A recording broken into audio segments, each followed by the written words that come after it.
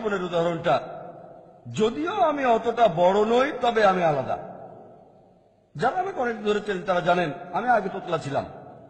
কেউ আমার নাম জিজ্ঞেস করলে আমি বলতাম আমার নাম জাকির, এরকমই। আমি ছোটবেলা থেকে তোতলা ছিলাম। শেখ দিদাত আমাকে অনুপ্রাণিত করেছেন। এর আগে যখন মেডিকেলে পড়েছি, আমি হয়তো স্বপ্ন দেখতাম যে পৃথিবীর সবচেয়ে সেরা ডাক্তারটা হব, কিন্তু মাত্র 25 জন মানুষের সামনে লেকচার, এটা আমি কল্পনাও করতে পারতাম না। এরকমই ছিলাম আমি। হয়তো ভাবতাম যে পৃথিবীর মধ্যে সেরা সার্জনটা হব, তবে লেকচার দেবো এটা স্বপ্নেও ভাবতাম না। স্বপ্নে তো নিজেদের অনেক কিছুই ভাবতে পারি আমরা, তবে আমি 25 জনের সামনে লেকচার দিচ্ছি এটা কল্পনাও করতে পারতাম না। আলহামদুলিল্লাহ, আল্লাহ তাআলা আমাকে সাহায্য করেছেন, শেখ দিদাত উৎসাহিত করেছেন। এখন আল্লাহর এই বান্দা মাশাআল্লাহ, এখন আমি হাজারো মানুষের সামনে, লাখ লাখ মানুষের সামনে কথা বলি মাশাআল্লাহ। আজকে এখানে প্রায় 1 লাখ মানুষ এসেছেন।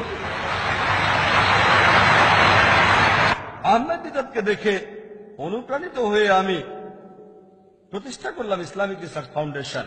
নিজে বক্তা হওয়ার জন্য নয়, যাতে করে এখান থেকে বক্তা তৈরি করতে পারি আমরা। রাজা না হলেও বানানোর চেষ্টা করি। আমি বক্তা হতে পারবো না, তাই বক্তা তৈরি করার একটা প্রতিষ্ঠান বানালাম। আল্লাহ এখানে প্ল্যান করলেন। প্রথম বক্তা যখন ঘাবড়ে গেলেন, আমি বাধ্য হয়ে স্টেজে গেলাম। তখন খেয়াল করলাম আমি যখন অমুসলিমদের সাথে দাওয়া দিচ্ছি তখন তোতলাচ্ছি না। মুসলিমদের সাথে কথা বলতে গিয়ে তোতলাচ্ছি আমি, কিন্তু অমুসলিমদের সঙ্গে কথা বলার সময় তোতলাচ্ছি না। তারপর স্টেজে সাধারণ মানুষই গিয়ে তোতলাই। আলহামদুলিল্লাহ, আল্লাহ তাআলার দয়ায় স্টেজে উঠলে আমি তখন তোতলাই না। এটা আল্লাহর রহমত। আল্লাহ আমাকে শরীরের ডাক্তার থেকে আত্মার ডাক্তার বানিয়েছেন। আমি শেখ দিদাতকে জিজ্ঞেস করেছিলাম, আঙ্কেল, 1987 সালে প্রথম দেখা হয়েছিল। আমি ছিলাম ওনার ড্রাইভার, শোফার। আমি ওনার গাড়ি চালাচ্ছিলাম যাতে বেশি সময় ওনার সাথে থাকতে পারি। তো বললাম, আপনি এত আক্রমণাত্মক কেন? উনি বললেন, বাবা, আমি আক্রমণাত্মক নই, আমি যুদ্ধাঙ্গদেহী। যুদ্ধ করছি। শয়তানের সাথে যুদ্ধ করার দুটো অস্ত্র আছে, পবিত্র পানি আর আগুন। আমি আগুন বেছে নিয়েছি। শেখ দিদাত বললেন, আমি যখন দাওয়া দেওয়া শুরু করলাম তখন ওনার কথাগুলো বলতাম, তবে নরম ভাবে, খুবই নরম, খুবই ভদ্র। কোনো কাজ হলো না। মেডিকেল কলেজে দাওয়া দেওয়া শুরু করেছিলাম, তারপর যুদ্ধাঙ্গদেহী হলাম। শেখ দিদাতের চেয়ে আক্রমণাত্মক। ও আল্লাহ, তখন কাজ হয়ে গেল। আমার মুসলিম বন্ধুরা পালিয়ে যেত, আর চারপাশে থাকতো শুধু অমুসলিমরা। আমি আক্রমণাত্মক হওয়ার পরে ফল পেলাম। তারপর আল্লাহ আমাকে হেদায়েত করলেন। স্টেজে আমি আবার নরম হলাম। আমি এতটাই নরম হলাম যে প্রশ্নকারী অপমানজনক কথা বললেও আমি হাসতাম। শেখ দিদাত তিনি তখন আমাকে টাইটেল দিলেন। প্রথমে আমাকে বলেছিলেন দিদাত প্লাস, তারপর সব দেখে বললেন, ওরা তোমাকে অপমান করছে, অভিশাপ দিচ্ছে, আর তুমি হাসছ। তখন তিনি একটা প্লেক উপহার দিলেন যে, বাবা, আমার যেটা অর্জন করতে 40 বছর সময় লেগেছে, তুমি 4 বছরে সেটা অর্জন করেছো।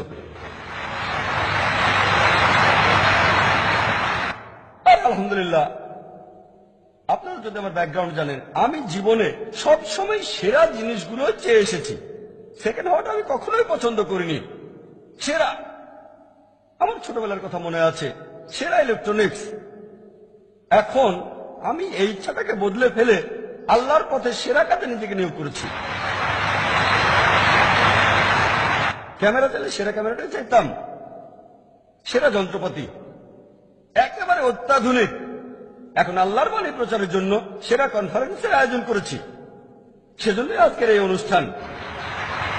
মিডিয়াতে বিভিন্ন অনুষ্ঠান চালু আছে, যেমন গ্র্যামি অ্যাওয়ার্ড, অস্কার অ্যাওয়ার্ড। উদ্দেশ্যটা হারাম, কিন্তু সেখানকার বিজ্ঞান আর প্রযুক্তি বেশ ভালো। আমরা ভাবলাম আল্লাহ তাআলার খাতিরে এমন অনুষ্ঠান করা যাবে না কেন? এখানে উদ্দেশ্যটা আলাদা। উদ্দেশ্য হলো আল্লাহ তাআলার সন্তুষ্টি অর্জন করা। পুরো পৃথিবীকে দেখিয়ে দেব যে আমরা মুসলিমরা আলহামদুলিল্লাহ আমরাও পারি। এমন না যে এটা ছাড়া দেওয়ার কাজ হবে না, তবে আমরা দেখাতে চেয়েছি আমরা আল্লাহ তাআলার পথে সেরা কাজটা করব। আমাদের অফিসটাকেও বানিয়েছি সেরা অফিস। মানুষজন সাধারণত নিজের বাসায় ইটালিয়ান মার্বেল বসায়। আমি ইসলামিক রিসার্চ ফাউন্ডেশন অফিসে ইটালিয়ান মার্বেল বসিয়েছি। আমার বাসায় কোনো ইটালিয়ান মার্বেল নেই। কারণ যেখানে মানুষ আল্লাহর সম্পর্কে জানতে আসবে সেখানে যেন সেরা জিনিসগুলোই থাকে। সে সময় 1990 সালের দিকে মুসলিম অফিসে ইটালিয়ান মার্বেল এরকম দেখাই যেত না। ছোট থেকে শুরুতে অফিসটা ছিল মাত্র 20 থেকে 25 স্কোয়ার মিটার, মাত্র 25 স্কোয়ার মিটার অফিস ছিল, মাত্র একজন লোক। এখন মাশাআল্লাহ আল্লাহর রহমতে আমাদের অফিসে 400 এমপ্লয়ি আছে মাশাআল্লাহ। এটাই পৃথিবীর সবচেয়ে বড় দাওয়া অর্গানাইজেশন, সব আল্লাহর রহমত। স্কুলে আমি বিতর্কে খুব ভালো ছিলাম, খুবই ভালো। উদ্দেশ্য কি ছিল? উদ্দেশ্য ছিল বিতর্কে জিতা। এখন উদ্দেশ্য বদলে ফেলেছি, এখন আমি দিনের কথা প্রচার করি, দিনুল হক। ভালো ফলো পেয়েছি।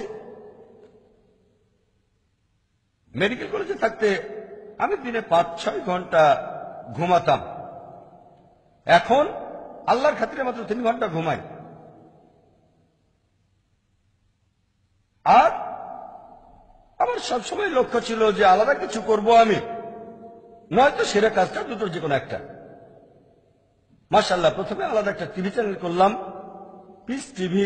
আল্লাহ এটাকে পৃথিবীর সবচেয়ে জনপ্রিয় চ্যানেল বানিয়েছেন। আমাদের দর্শক 10 কোটিরও বেশি মাশাআল্লাহ।